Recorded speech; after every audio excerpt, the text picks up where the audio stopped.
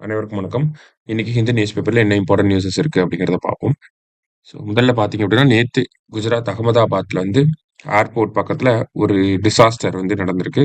So flight take off ஆகுறப்ப ஒரு சில technical ஃபால்ட்னால பக்கத்துல இருக்கக்கூடிய மெடிக்கல் காலேஜ் ஹாஸ்டல் மேல மோதி அந்த விபத்து வந்து நடந்திருக்கு. சரிங்களா? கிட்டத்தட்ட 242 பேர் வந்து அந்த ஃப்ளைட்ல இருந்திருக்காங்க. ஃப்ளைட் நேம் என்ன அப்படின்னு பார்த்தீங்கன்னா, ஏர் இந்தியா 171 அப்படிங்கிறது அந்த ஃப்ளைட் நேம்.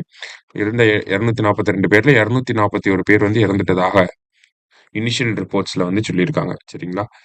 ஸோ இந்தியாவோட ஒன் ஆஃப் த வொர்ஸ்ட் ஏர் டிசாஸ்டர்ஸ்ல இதுவும் வந்து இருக்கு. 241 பேர் இறந்திருக்காங்க. ஸோ இந்த டேட்டாஸ் வந்து குடுத்துருக்காங்க நமக்கு. அதே மாரி குஜராத்தோட ஃபார்மர் சீஃப் மினிஸ்டரா இருந்தவர் 2021 வரைக்கும் விஜய் ரூபானி அவர்கள் தான் சீஃப் மினிஸ்டரா இருந்தாரு. ஸோ அவருமே இந்த விபத்துல இறந்து போயிட்டதாக சொல்லியிருக்காங்க. சரியா? அடுத்ததா பார்த்தீங்க அப்படின்னா, குளோபல் ஜெண்டர் கேப் ரிப்போர்ட் அப்படிங்கிறத ரிலீஸ் பண்ணியிருக்காங்க. So global gender gap report அப்படிங்கிறது பார்த்தீங்கன்னா, நமக்கு வேர்ல்ட் எக்கனாமிக் ஃபோரம் ரிலீஸ் பண்றாங்க. உலக பொருளாதார மன்றம். 4 இண்டிகேட்டர்ஸ பேஸ் பண்ணி. என்னென்ன இண்டிகேட்டர்ஸ் அப்படின்னா, நமக்கு எக்கனாமிக் பார்ட்டிசிபேஷன் எக்கனாமிக் பார்ட்டிசிபேஷன் பொருளாதார பங்கேற்பு அப்படின்னு சொல்லுவாங்க. அடுத்தது வந்து எஜுகேஷன். அடுத்ததா பார்த்தீங்கன்னா, ஹெல்த்.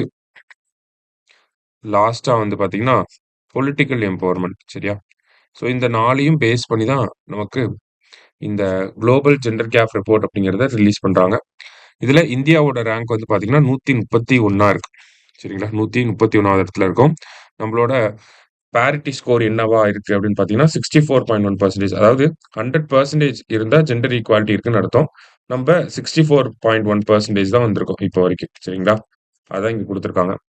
வேர்ல்டு லெவல்ல பார்த்தோம் அப்படின்னா, ஐஸ்லேண்ட் ஓகேங்களா, தொடர்ந்து 16வது முறையா இந்த நாடு தான் வந்து முதல் இடத்துல இருக்கு. தொடர்ந்து 16த் டைமா கன்சிக்யூட்டிவா 16த் டைமா ஓகேங்களா.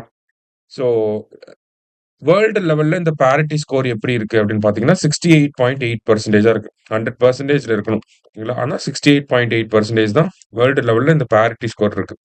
இன்னும் 100% ஆகுறதுக்கு எவ்வளவு வருஷங்கள் ஆகும்னா, 123 வருஷங்கள் ஆகும் அப்படிங்கிறத குடுத்துருக்காங்க. சரியா? ஸோ இது பெஸ்ட்டா பெர்ஃபார்ம் பண்ணது யார் அப்படின்னு பார்த்தீங்கன்னா, பங்களாதேஷ் தான். சவுத் ஏசியாலயே ஏசியன் கான்டினென்ட்லயே பெஸ்ட் பெர்ஃபார்மர் யாருன்னா பங்களாதேஷ் தான். கிட்டத்தட்ட போன ரேங்கிங்ல 75வது இடத்துல இருந்திருப்பாங்க. ஆனா இப்போ 24வது இடத்துக்கு வந்திருக்காங்க. ஓகேங்களா? ஸோ பங்களாதேஷ்ல பொலிட்டிக்கல் எம்பவர்மென்ட்டும் நல்லா இருக்கு. எக்கனாமிக் பார்ட்டிசிபேஷன் ஃபார் விமனும் நல்லா இருக்கு. அதனால தான் அவங்க 75வது இடத்துல இருந்து இப்ப என்னவா வந்திருக்காங்க? 24வது இடத்துக்கு வந்திருக்காங்க. இந்தியாவ பொறுத்தவரைக்கும் பார்த்தீங்கன்னா, போன வருஷம் நம்ம 129வது இடத்துல இருந்தோம். இப்போ 131வது இடத்துக்கு போயிருக்கோம். சரிங்களா? ரொம்ப கொஞ்சம் மோசமா பெர்ஃபார்ம் பண்ணிக்கிட்டு இருக்கோம் அப்படிங்கிறத புரிஞ்சுக்க முடியுது. சரிங்களா? ஸோ அதான் நமக்கு முதல் செய்தியில குடுத்திருக்காங்க. குளோபல் ஜெண்டர் கேப் ரிப்போர்ட்ல இந்தியாவோட ரேங்க் வந்து பார்த்தீங்கன்னா, 131 இருக்கு. சரியா? அடுத்ததா பார்த்தீங்க அப்படின்னா, நமக்கு central schemes must pass effectiveness test to continue அப்படின்னு சொல்லி குடுத்திருக்காங்க.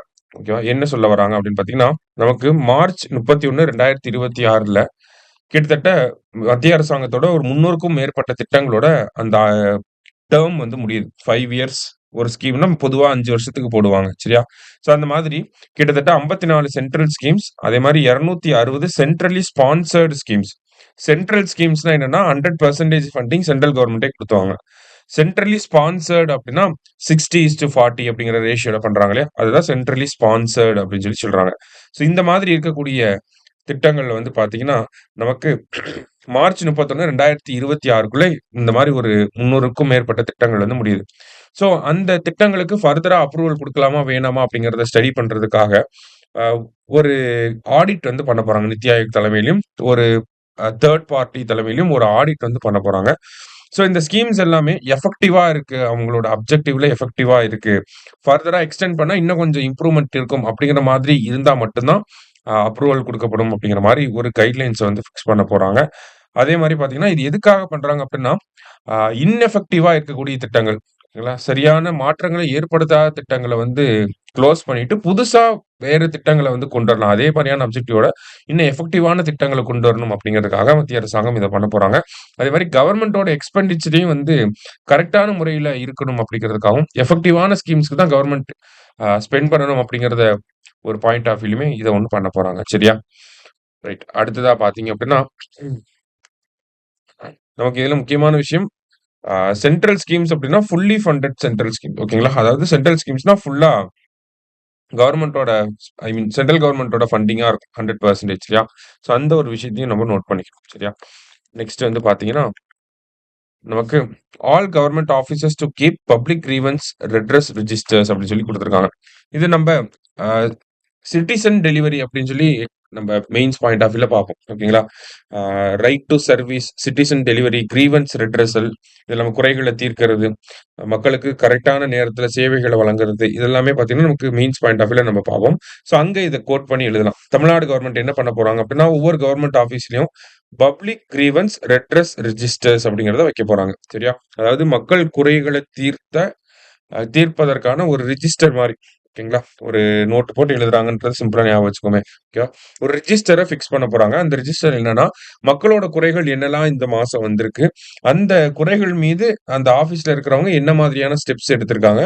அந்த குறைகள் தீர்க்கப்பட்டுச்சா? இல்ல வந்து இன்னும் பெண்டிங்ல இருக்கா? அந்த மாதிரி ஒரு டேட்டா பேஸ கிரியேட் பண்ண போறாங்க.